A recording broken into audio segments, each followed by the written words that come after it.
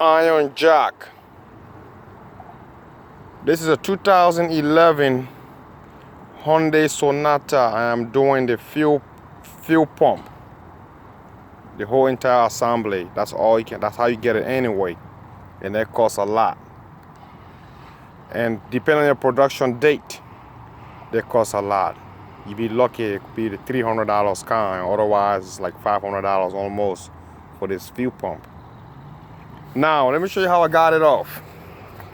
It's when you go through the tank or below the seat.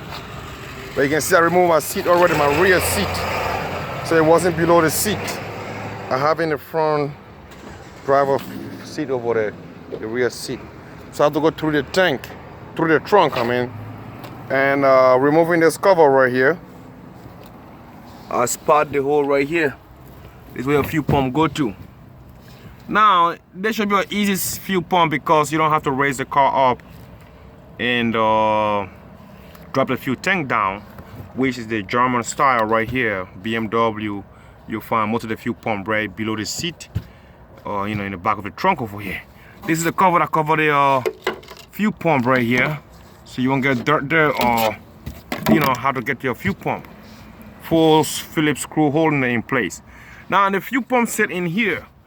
Now, you use a screwdriver or some chisel and get this thing off. But you want to make sure you don't bang on your thing. It's plastic. You don't want to put a hole on it. Otherwise, you have to check engine light on forever. Anyway, getting this fuel pump here out was a problem.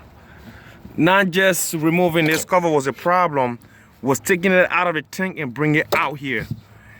It's a space, and you gotta angle it, turn it, flip it. What I end up doing instead, I disconnect all the wires and got disconnect the hose in there. Gotta remove from the fuel pump. It's a spring laying down there. See that spring? I'm gonna use a long screwdriver and grab that spring. Well, I can get my hand down. I got gloves on, and my gloves won't go bad after this because they're gonna stretch out big time. This is part of the fuel pump. There's a hose down here. Got disconnect. See that hose going to your fuel pump? It's in the tank, and it's a clips. You don't want to break that clips. Very, very delicate. It can break easy if depending on how you get it off. You don't be careful. There's another clips right here that was on the fuel pump. I'm gonna show you. So taking the fuel pump out of this hole right here, out of the fuel tank, I have to disconnect the upper part from the bottom part, so I'm able to get it out. Now let me show you what I'm talking about. This is the old pump right here, and that spring that go in here. The one I just showed you. So I disconnect the upper part from this lower part, because when this thing is sitting in there in the tank, it's hard to remove out with that space the way it look. So what I end up doing, these clips right here, see that little pin I showed you earlier in the tank, it was on this one right here, which this piece sit right there, and it's connected together. I remove that. The other piece I remove down that big hose. Where does that hose go to? That hose don't go in here. That hose go right here. Well, no, I'm sorry. This piece go right here. Where that big hose go to? I'm gonna disconnect it. It was in the tank, so you gotta go somewhere. Here, my bad. It go right here underneath this piece.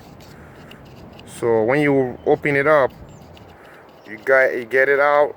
Before you get it all the way out, you got to disconnect that hose, which is this hose right here. The one that's inside the tank, the fuel line. Yeah. Now this clip, the way you remove it, you're trying to spread it outward using a screwdriver, outward, and push it out. Push it out. It might be have a special tools for it, but screwdriver work for me most of the time. And that spring, you don't need that spring. You need this piece to put that hose back. And after that, there's a two hose on the top here. This is the vacuum hose, the evap system, and it's your fuel line. That's about it. But the hard part is taking that fuel pump out and bringing it out.